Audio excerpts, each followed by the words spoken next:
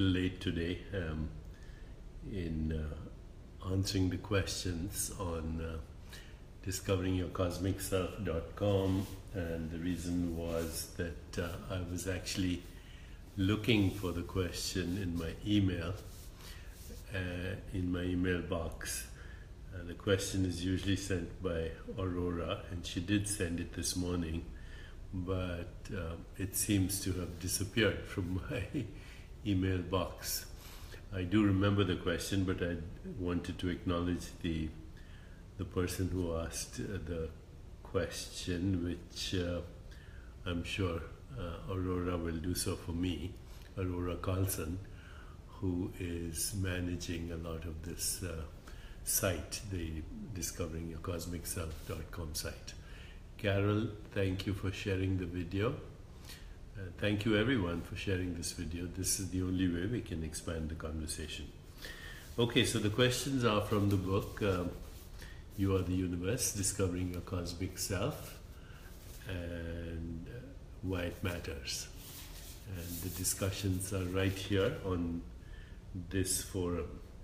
So today's question had to do with randomness and uncertainty, and the questioner asked if randomness is just apparent to us, but in fact there may be a hidden order in that randomness. So here is my answer in general. Whatever we perceive is what we perceive. The rest is inference. But I think what we can say clearly, that opposites are usually complementary to each other. So hot and cold are complementary to each other. Up and down are complementary to each other. Perceived past and anticipated future are complementary to each other.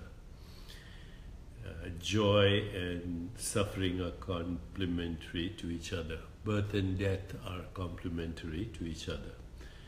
Mind and body are complementary to each other. Biological organism and an environment are complementary to each other. What this simply means is that fundamental reality contains both aspects in its expression. And do remember, fundamental reality is also infinite possibilities, infinite creativity, non-local, infinite correlation. It's where intention orchestrates its own fulfillment. And in that fundamental reality, there's the proliferation of perceived uncertainty. Perceived uncertainty, perceived randomness, perceived unpredictability. So it was, I think, Nietzsche who said, you must have chaos within you to give birth to a dancing star. Chaos or disorder or disequilibrium, the proliferation of uncertainty, unpredictability, and randomness is the playground of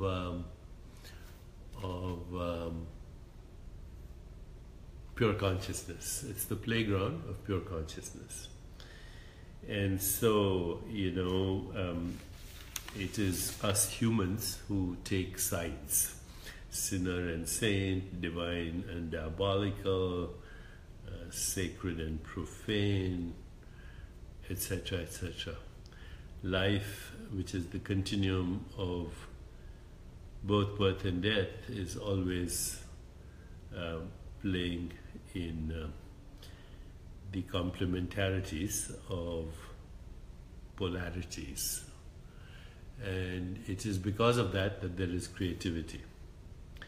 If anything, any system was perfectly predictable, like a computer, for example, well, algorithms, there would be no creativity. Deborah Braley says, I look exhausted.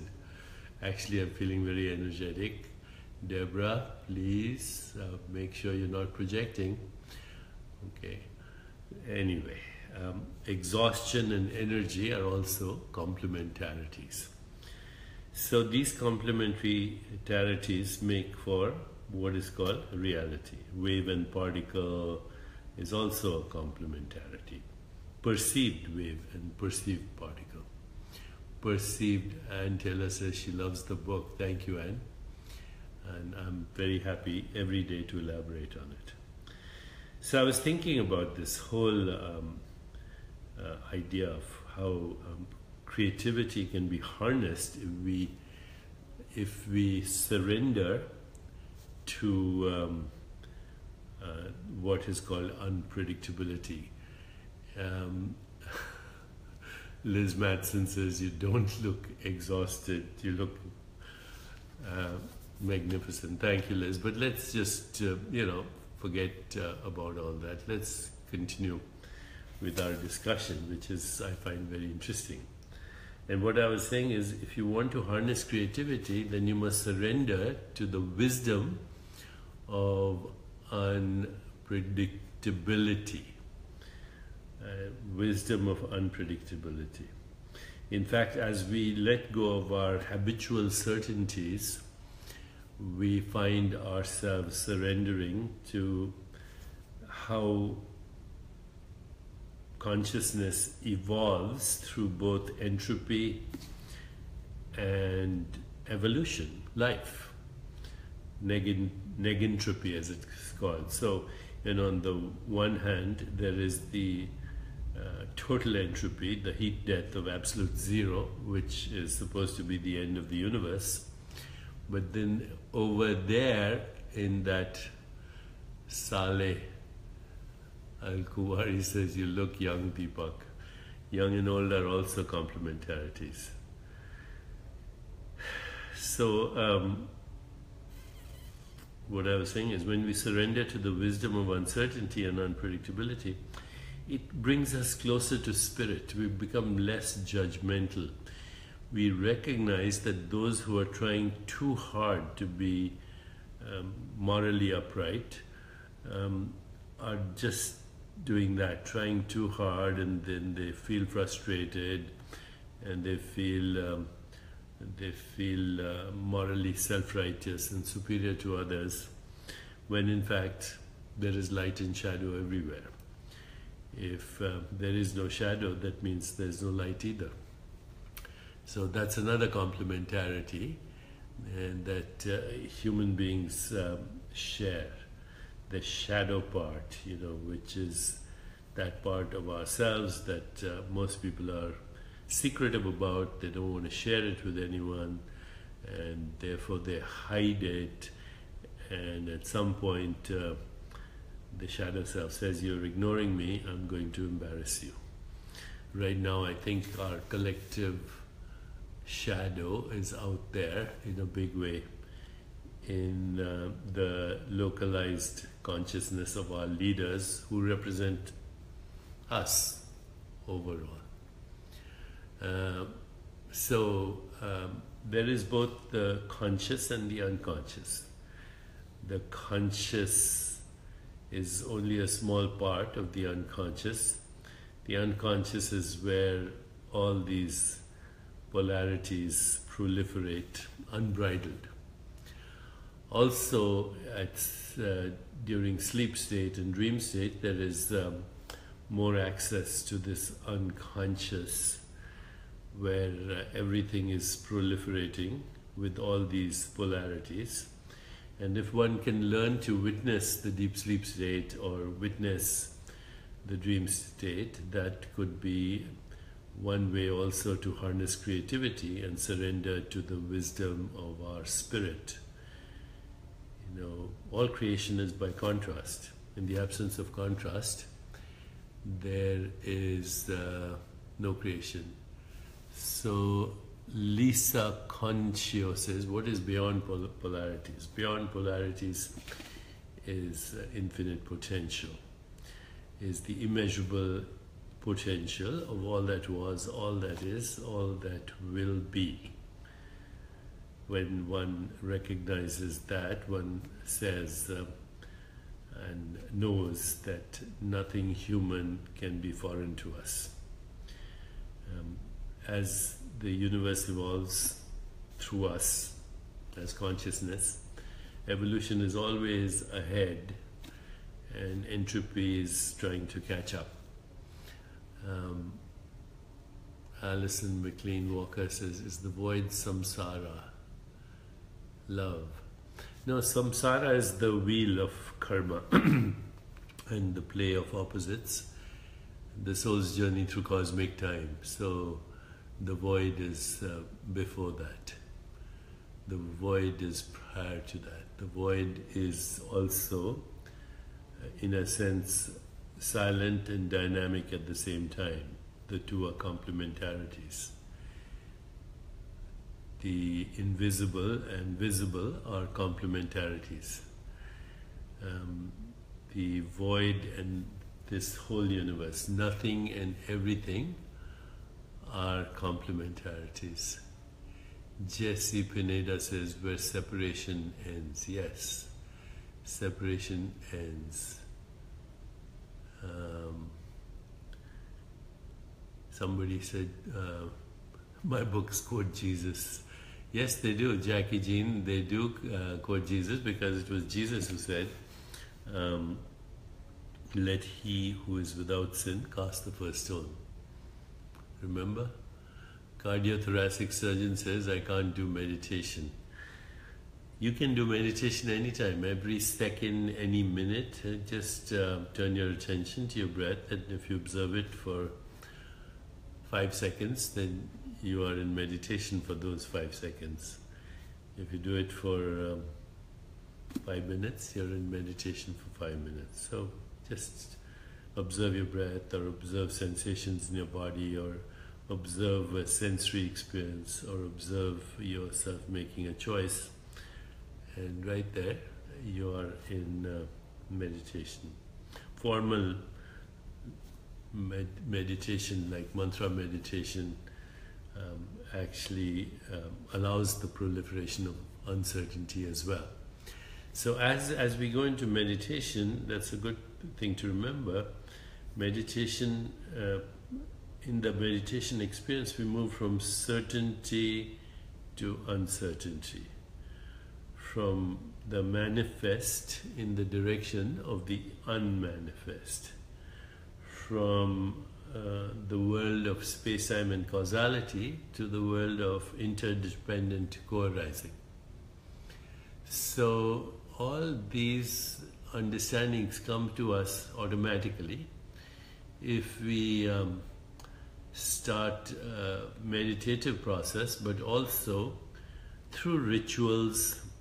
The ancient Greeks, for example, had the Dionysian mysteries. I'm sure you're aware of Dionysian mysteries, in which in ancient Rome and in ancient Greece, they would use intoxicants and other trance-inducing techniques like dancing, music, and other rituals to remove inhibitions and social constraints. In their mind, they were liberating the individual to the return of their natural state. So these days, everything from biofeedback to the recent popularity of microdosing of mind-altering drugs, to dance rituals, shamanic rituals, tantric sex, movement, yoga, breathing, meditation, of course, technology to influence brainwaves, is all in order to get to that state that we call spontaneity, effortlessness, loss of the separate self, loss of self-importance, with which automatically comes humility and reverence for existence and reverence to life. Esther Ben says, love to you, Deepak, love to you back. Zara Masood, I've missed that. Okay, cardiothoracic surgeon, always I go to sleep when I do that. Then Mr. Cardiothoracic surgeon or Miss Cardiothoracic surgeon, it means you need more sleep. So just try and get more sleep. Jean Ori and 30 others shared your video. Thank you, Jean. We're expanding our consciousness. Alex Reynosa says, do you believe in God? Yes, I do believe in God, but not from a belief idea, because I think belief is a cover-up for insecurity. I don't believe in God as a dead white male figure somewhere in the sky. I believe in God as the divine potential for all creation, and that we are all specks of that divine potential. Okay. Who is God? I think maybe better asked is, what is God? God is our highest instinct to understand ourselves. In the understanding of ourselves, we understand the universe, because the universe is an experience in ourselves. The universe comes together as qualia gestalts in our own consciousness. The universe is conceived, constructed, governed, and comes into being as an experience in our own consciousness. And what the basic point of the book, You Are the Universe, Discovering a Cosmic Self and Why It Matters, is that as we go beyond our conditioning, we enter the realm of infinite possibilities where we can consciously choose our experience of the universe. Now, consciously choose the experience of our universe includes everything from how we experience our body, our mind, our personal relationships, our social interactions, our professional relationships, our environment, and ultimately everything that we call reality or the universe. Okay. There are lots of interesting comments coming through, and a lot of questions and very beautiful messages. But and there's a question, when am I coming to Norway? I hope soon. I've been to Norway many times, and I love being there, and I have had some very beautiful memories of Norway as well. Okay, I think I'm going to stop here, and we'll talk tomorrow. Thank you for supporting the book and joining these discussions. Aurora Carlson will make sure that the person who asked the question is acknowledged. Have a wonderful day.